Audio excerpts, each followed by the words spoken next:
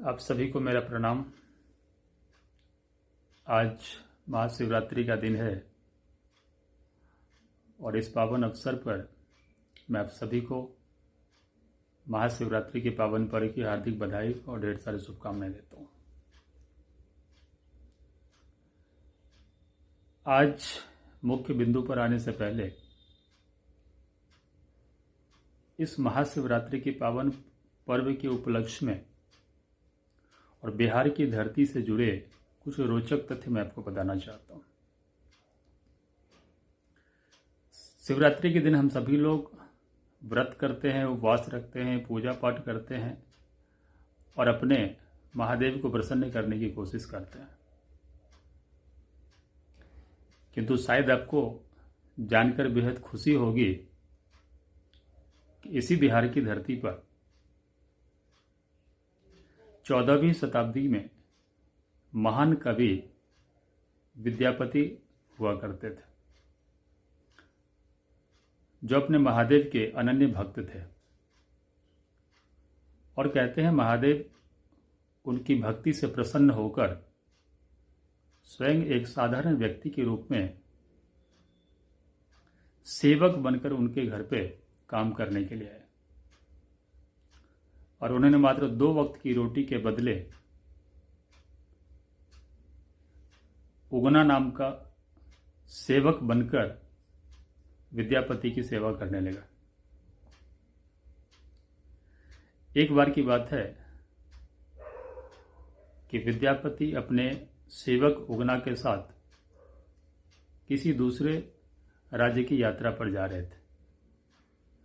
गर्मी का मौसम था, रास्ते में उन्हें बहुत प्यास लगती है।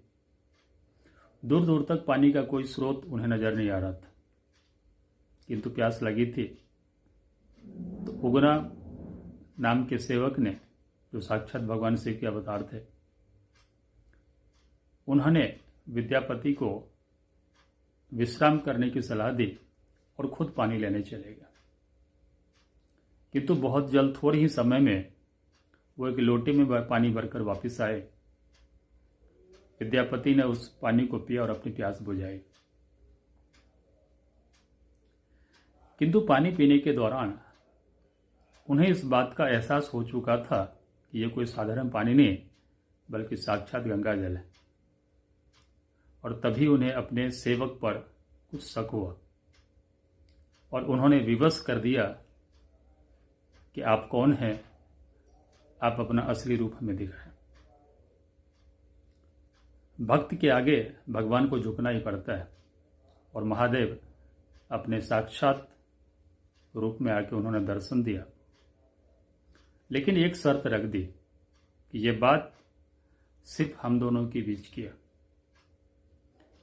जिस दिन ये बात किसी भी तीसरे व्यक्ति तक पता चल गई, उसी दिन मैं आपके घर को छोड़कर चला जाऊंगा।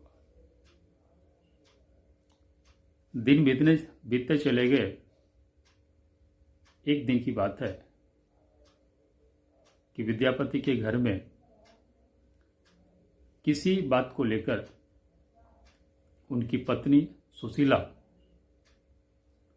जो कि अनजान थी, अपने सेवक यानी उगना को डांटने लगी, चिल्लाने लगी और यहां तक कि झाड़ू से पीटने का प्रयास करने लगी।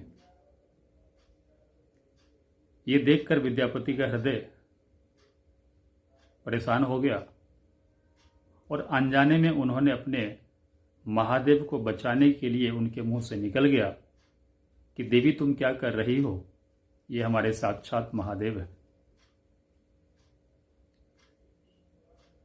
और इतना कहते ही महादेव और विद्यापति के बीच की जो शर्त थी वो टूट गई। महादेव वहां से जाने को तैयार हो गए, किंतु अपने भक्त के प्रेम और उनके प्रार्थना के बाद उन्होंने साक्षात शिवलिंग के रूप में वहां पे उत्पन्न हुए और अपने मनुष्य के शरीर को लेकर वहां से विदा हो गए।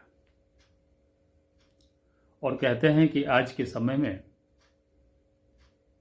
वही मंदिर आज भी उगना महादेव मंदिर या उग्रनाथ महादेव मंदिर के रूप में आज के मधुबनी जिले में विराजमान है, जहां लोग श्रद्धापूर्वक पूजा करते हैं और उनकी मनोकामनाएं भी पूर्ण होती है।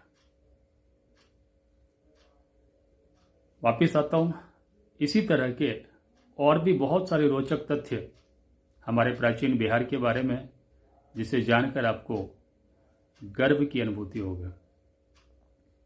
और इसी तरह के और भी तथ्य को आप जानना चाहते हैं, बिहार, बिहारी, वहाँ की संस्कृति, कला और प्राचीन गौरव गाथा को जानना चाहते हैं, तो आइए आज से ठीक 7 दिन बाद 22 फरवरी 2026 दिन रविवार सुबह के 10 बजे नई दिल्ली तालकटोरा स्टेडियम का प्रांगण आपका इंतजार कर रहे हैं। अपने परिवार, दोस्तों और अपने जानकारों के साथ आइए और इस कार्यक्रम का भागीदार बने।